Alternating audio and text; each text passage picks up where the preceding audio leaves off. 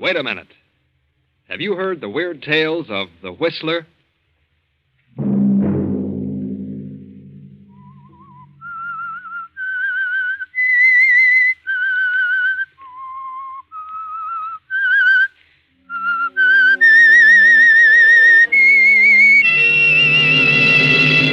I'm the Whistler.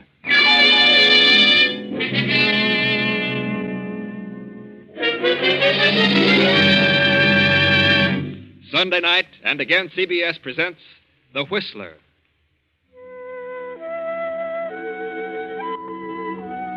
I, the Whistler, know many things, for I walk by night. I know many strange tales, many secrets hidden in the hearts of men and women who have stepped into the shadows. I know the nameless terrors of which they dare not speak. And so I tell you the amazing story of House of Greed. A taxicab rolls through the night and comes to a stop before a brownstone mansion on West 52nd Street. The driver opens the door, and a handsome, well-dressed man steps out, pays the driver, slips quickly up the stairs, fumbles with a bunch of keys, but the door opens. Oh, hello, Jackson. Mr. Talbot, welcome home, sir. Where's Mrs. Talbot? Oh, she left 3 days ago. Went to the place in the Catskills. There's a note on your desk, sir. Oh, good. Your brother, Frank, is waiting in the library. Oh. Hello, Frank. What do you want? John. Now, look, Frank, I told you the last time I'd give you no more money. Oh, but it isn't gambling debts this time. I'm reforming. I'm going to settle down and work. Work? I met a big cattleman from South America. He has a very lovely daughter. And she talked her father into letting me buy an interest in the business. How much? 10,000. Oh, I'm sure I'll make good, John. Oh, very well. I don't mind doing something like that for you. When are you leaving? Tomorrow. I've had a plane reservation for 4 days. Mm-hmm. Thanks for the check, John. You're a swell guy. Tell Mary goodbye for me. Yeah, she's up in the Catskills. So Jackson told me. Good Lord. What's wrong? She hasn't gone to the Catskills. I can't understand this. What on earth does she mean? Well, what is it? Well, read it. John, this life is too lonely. I can't go on like this, so I'm leaving you. I found someone else who is more considerate of me. But First, I'm going home, and from there, it doesn't matter. I'm sorry, but things just didn't work out for us. Mary. Someone who's more considerate of her. Why, I've given Mary everything her heart desired. She must be out of her mind. Of course, you have been gone a lot, and women get crazy ideas. It's knocked the pins right out from under me. Yes, I can see that. You better take it easy for a while. Yes, I feel, I don't know, kind of sick. All of a sudden, nothing seems to matter. Oh, maybe she'll wake up before she gets too far. Perhaps I'd better cancel my trip for a few weeks until you get straightened out. No, never mind. I'll pull myself together. I wouldn't have you sidetrack your plans for the world. I think you better go now, Frank. I'd rather be alone. All right. But don't do anything foolish. What do you mean? Well, if you brood about it, you're liable to get some crazy ideas and end up really holding the sack. Good luck, Frank. Lots of luck. Thanks. Goodbye, John.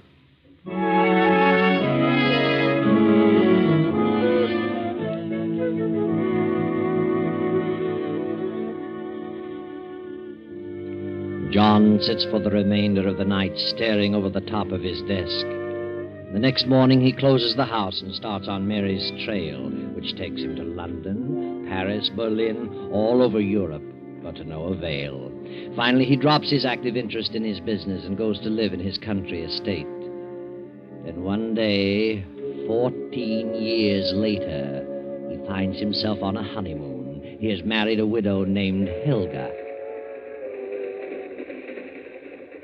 Well, John, dear, we got away without too much trouble. Well, it does seem a bit silly, rice and honeymoons at our age. Our age? Well, you sound as though we're a couple of old grannies. I'm 36 and you're 45, and I certainly don't feel old. Why, of course you're not, Helga.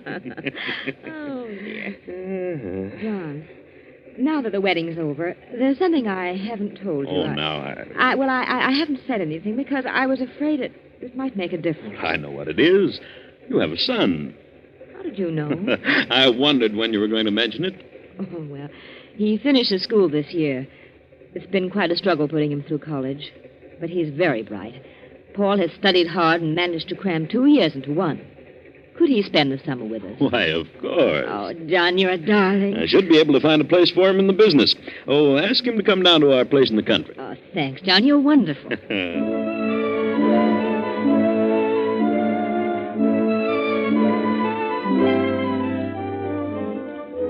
So Helga's son, Paul, came to spend the summer at the country place. And he stayed the next winter, and the following summer, and the next winter.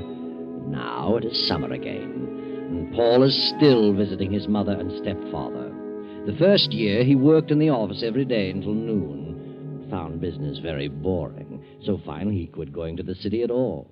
But, Mother, I've looked the whole thing over, and there's nothing there that interests me. Well, you could learn about the business.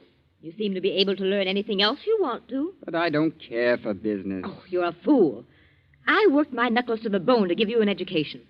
I married John Talbot to give you a chance to do something. John has no children. It's a huge business. And one day you could control the whole thing.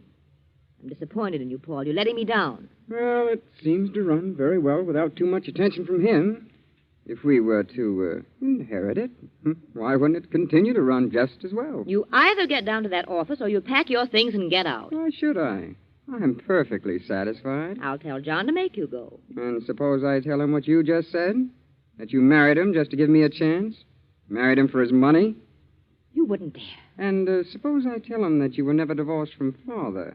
That he's still down in South America, still wandering around trying to find a gold mine? If you dare open your mouth, I'll... Hello there. How are you, Helga? What's this I heard about South America? Oh, why, nothing, darling. Paul was just talking about someone he met from down there. Who do you know from South America, Paul? Fellow, I met him today. Were you in the city today? No, I was down the village. I didn't suppose you'd been out of the house today. What's his name? Why, I don't remember. I didn't think you would. You haven't been out of this house for 3 days. Paul, I think you're the laziest man I've ever met. All right. I'll start back to the office Monday. If that's what you and Mother want me to do, I'll do it. Why, I'm sorry I wasn't here for dinner, Helga. I was detained in town. I have quite a bit of work to do. I'll be here in the library for 2 or 3 hours. Very well, John. I won't bother you. I'll go on upstairs. Besides, I want to have a little talk with Paul. Good night, dear. Good night, Helga.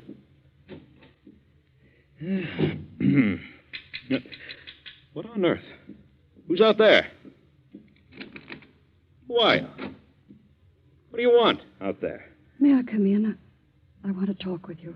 Well, why do you come to the library windows? Why didn't you ring the bell? I didn't want to cause a disturbance. Disturbance? What do you mean? May I come in? Yes, come ahead. Don't you know me, John? Good Lord. Mary. I'm sorry, John. I had to talk with you. I saw the light in the library. What do you want? I need your help. Where have you been all these years? Oh, every place. Are you still filled with resentment? It's been too long ago. At first I was. I followed you all over Europe, but never quite caught up with you. Now I'm glad I didn't. There's no telling what I might have done. I'm sorry, John. I was a fool, and I know that now. May I sit down? Why, of course. Have you a cold? Yes, I can't seem to shake it. I've had it for weeks. See, I hate to mention it, but you look a bit shabby, Mary. Aren't you doing well? Oh, well, yes. Yes, I'm doing all right. Are you? You've married again, Yes. and your wife is here? Yes. Then I'll be as brief as possible. I wouldn't want her to know that I was here. You want me to help your husband? No, not that. I have no husband. What about the man you said was more considerate of you? He left me 4 years after the baby was born. Baby? You have a child. Yes, John. She's 17 now. And where's the man? I don't know, and I don't care. Oh, John, I made the biggest mistake of my life. I should have known better. But he practically carried me off my feet. And I learned later, to my sorrow, that he was not worth shooting. Where's your daughter? She's in a school in Vermont. I've worked hard to give her an education. I've done everything I could do to give her a chance. I've not seen her very often. But now, well, I'm sort of cracking up. I've been ill a lot, and I seem to have trouble getting a job. Job? What kind of a job? Why, any kind of a job. What have you been working at, Mary? Oh, John, I've made such a miserable mess of it. I was never able to face things. I always took the line of least resistance. What a shame. And now I've come to the end of my rope. Joan has finished school. She's a lovely girl, John. I can't let her know. I can't take her with me. Why not? She deserves so much more. She deserves a chance in life. I want you to do something for her. Why should I? Because she's your daughter, John. Yeah. My daughter? Yes, yours and mine. She was born 7 months after I left. Here's the birth certificate. Please, John, do something for her. She shouldn't be made to suffer for my mistake. She's innocent. Well, does she know I'm her father? No. And she doesn't remember the other man. Here, I'll give you her address. Fernwood College. And I'll write a letter to her explaining all about you. Well, Oh, John, you could do so much for her. She's a young lady now. And so lovely. Please see her. I know you'll fall in love with her. All right, Mary. I'll see her. I'll have her come down here. Oh, John, I'm so sorry. So sorry for everything I've done. Please forgive me. I've forgotten everything, Mary. Oh, wait a moment. Take this check and do something about that cough. No, thanks, John. I won't need it. You better take it. Thanks. I'll be all right in a few days. The cough will be gone. Good night, John. Good night, Mary.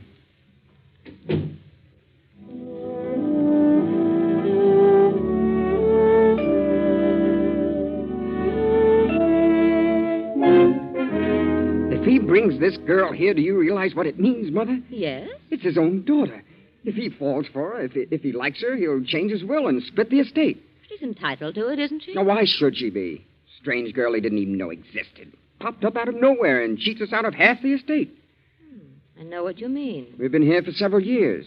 You're his wife. It isn't fair. What would you do about it, Paul? I'd see that she didn't get anything. How would that be possible? Suppose she didn't like it here.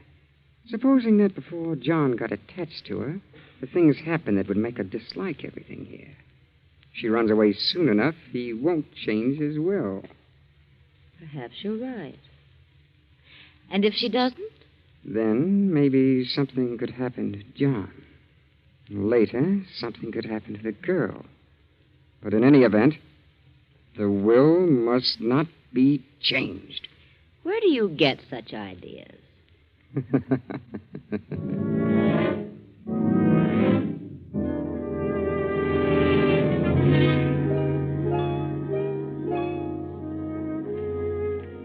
That, Joan dear, is the story of your mother. I trailed them all over Europe, but never quite caught up with them. You mean you planned to kill them? Kill them? I was filled with revenge, but I finally gave up the chase and returned here to wait. I knew that sooner or later she'd show up. But it's been so long ago. Surely you've lost the desire for revenge by this time. Time heals many wounds, my dear. If you had caught up with them and satisfied your revenge, what good would it have done? Quite right, my dear, quite right. Tell me, have you no recollection of this man? You can recall nothing about him? Absolutely nothing. Remember, I was only 4 when he went away. And you do believe that I'm your father? What else am I to believe? Mother proved that with the birth certificate. Proved that I'm Joan Talbot, not Joan Evans, as I've always believed. Of course. And would you like to remain here? Why, yes, I think I would, Well, but there seems to be a doubt. Why do you hesitate? I don't know. From all the evidence, I belong here. I have a legal right, but... Well, I can't seem to find words to express it. Express what? From the moment I stepped in the door of this house, I've had a strange feeling. A cold, chilly sensation of fear. Well, is it something you feel about me? Yes. You're afraid of me. No, I don't think so. Is it Helga? Well... Is it Paul? Oh, please don't ask me anymore. I don't know what it is. Well, what has Paul said to you? Nothing. No one said anything. It's just a premonition of evil. There's something wrong. Something horribly wrong in this house. Oh, you're imagining things, Joan. It's all in your mind. It will pass as suddenly as it came. You're young, Joan, impressionable, and you've suddenly found your life turned upside down. A new environment to which you've never become accustomed, but you'll get used to it. You're my daughter. I want you to have what you deserve, what is rightfully yours. I understand. And I'll try to overcome this feeling. Yeah, that's better. You're a lovely girl, Joan.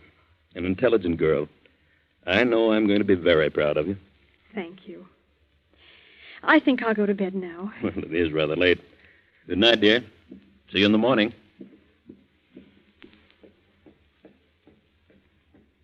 Hello. Paul, what are you doing here on the stairs in the dark? I wanted to tell you something. What? You're very, very beautiful. Your eyes, your hair, just like gold. Gold moonbeams. And soft. Paul! And your throat. Your throat is slender and soft. Like... Take your hands off my neck. Paul! I don't know many girls. Girls don't like me. Let me by. You don't like me either, do you? Well, I know. I can tell. Elsie didn't like me either. She was afraid of me. Who's Elsie? She was a girl in the village. She worked here in the summertime. No one knows what became of her. What? I don't remember what happened to her. But her throat was slender and white, like yours. Let me by.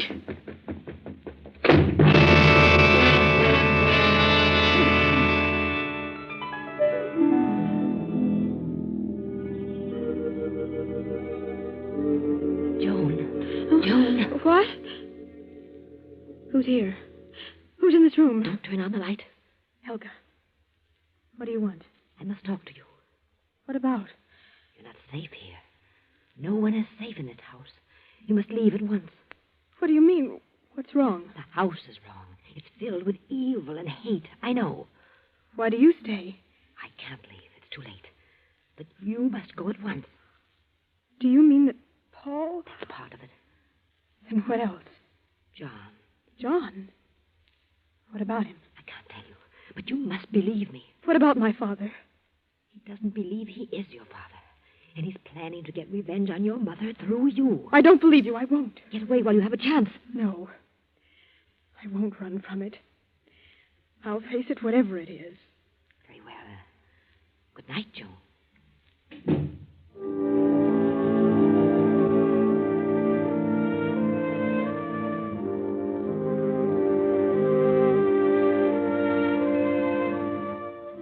Now it is nearly midnight.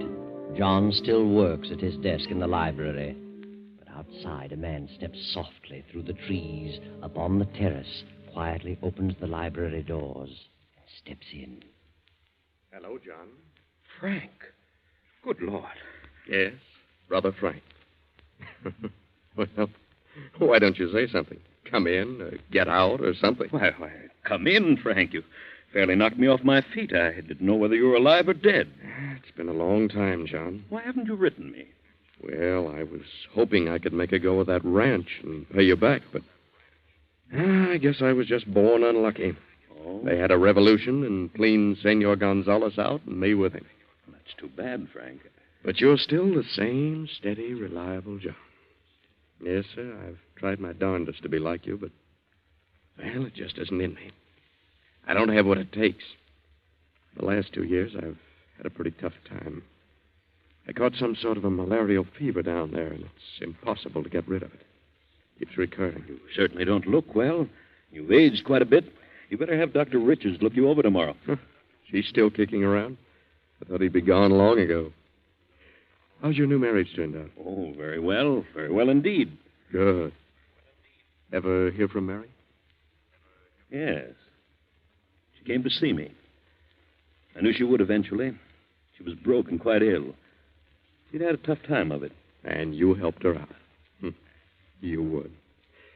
You couldn't turn anyone down. Well, she was mainly interested in my helping the girl. She had her in a school in Vermont. And so now you're taking care of both of them. What else could I do? Good old Joe. I sent for the girl and brought her down here. She's a lovely child. Sweet as can be. And you'll give her everything her heart desires, I suppose. And then you'll have another problem on your hands with Joan. A girl 17 either wants to get married or go to college. Oh? Well, I've decided that. Really? I'd like to send her to Wellesley. Good. It isn't every man who can have... Just a minute, Frank. I'll be right back. Well, what are you doing out here in the hall at this time of night for? Oh, well, Mother sent me down to see why you hadn't come up to your room. Oh. Well, tell her I'll be up in a few minutes. Yes, I'll tell her. My stepson, Paul. His mother thought I was staying up unusually late. Oh, well, I'll run along. Good heavens, it's after 12. When's the last train back to the city? 12 o'clock. You've missed it. Well, when's the next one? 5 a.m. Oh. Well, I suppose I'll have to wait for that. Can you put me up? Yes, of course, Frank. Oh, thanks. Well, wait a moment, Frank. I probably won't be up when you leave, so I'll give you this now. Oh, now, John, I didn't come here for that. Well, that is not exactly. No, you never have. Here you are, Frank. 1,000. And see Doc Richards first thing in the morning. And drop in at the office and let me know what he says. Thanks, John. I'm sorry to have to take this. I only wish that... Oh, forget it. We're not kids any longer. You're too old to learn new tricks now. Run along to bed, Frank. I'll see you tomorrow. Oh, take the guest room at the head of the stairs. Good night, John. See you in town at noon. Night, Frank.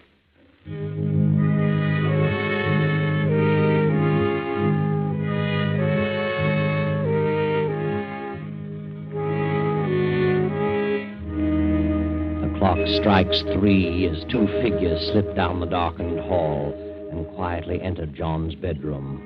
Then a few minutes later, the same 2 figures make their way in the moonlight through the trees to the back of the estate, carrying a long, gruesome bundle wrapped in a sheet.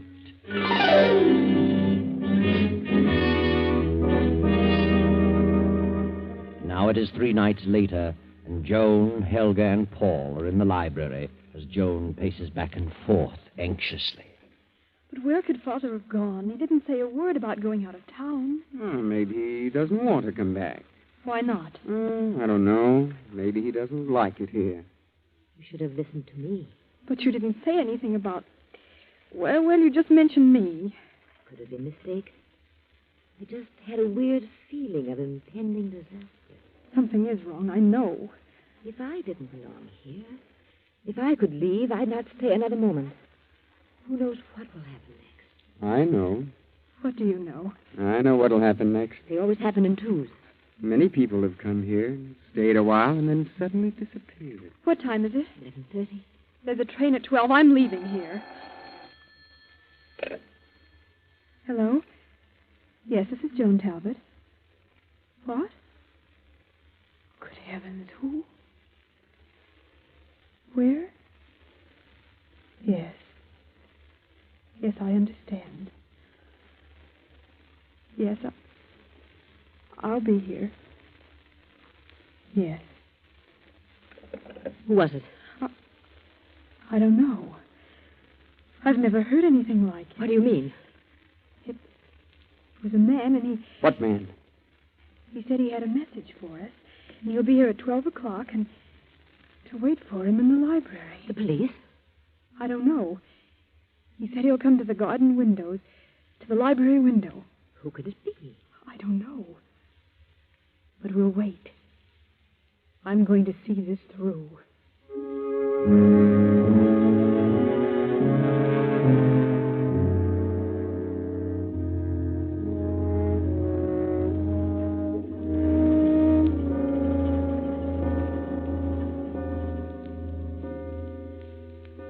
Here he comes. Through the garden. Who is it, Mother? I don't know. The lights. Why did you turn out the lights? I turned them out so we could see outside. Who is he? I don't know. He's up on the terrace. Who are you? What do you want? I came to talk to you. What about? About what happened here at 3 o'clock in the morning several days ago. Nothing happened. Nothing. But something did happen. Turn on the lights. No, don't turn them on. You couldn't see me if you turned on the lights. Paul, good Lord. Was it you who phoned me? I spoke to you, but I didn't phone you. Mother. What happened in this house at 3 o'clock several days ago? A man was murdered. What? Paul. Turn on the lights. Turn on the lights! Joan Talbot, open the top drawer of that desk. Now take out the paper. It says, on the night of August 5th, we, the undersigned, murdered John Talbot in his bedroom and buried his body on the estate. We didn't. We didn't. It's John. It's John. Sign it.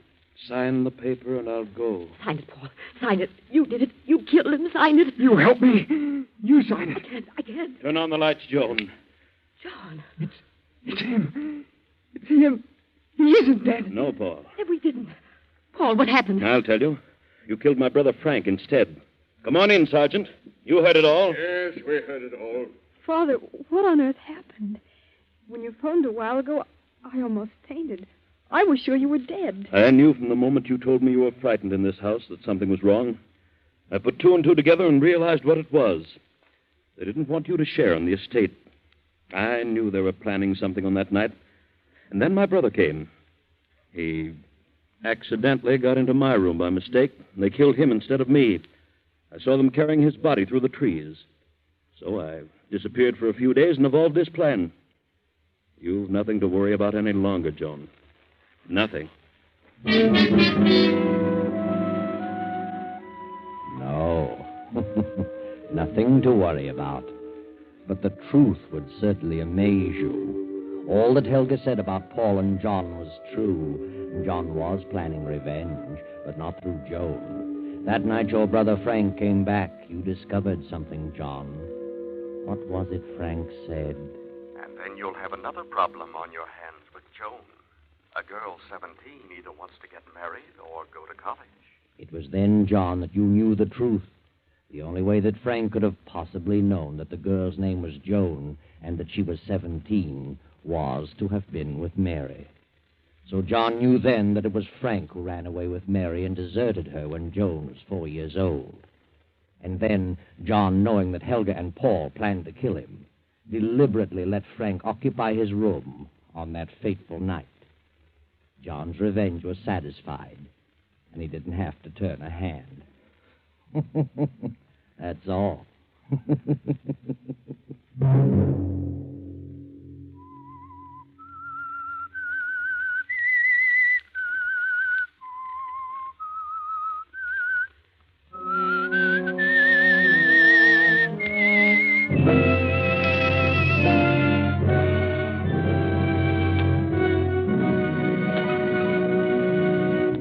CBS has presented The Whistler.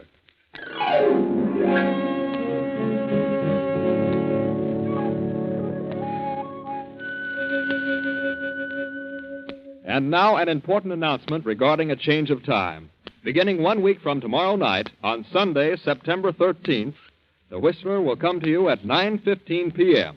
Remember, Sunday, September 13th, at 9:15 p.m.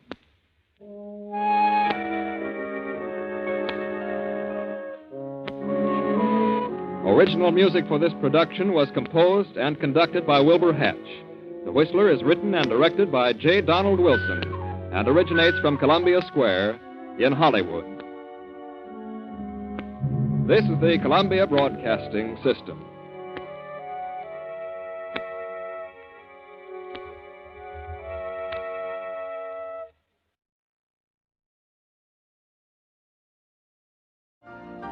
You've been listening to the OTR Gold Network.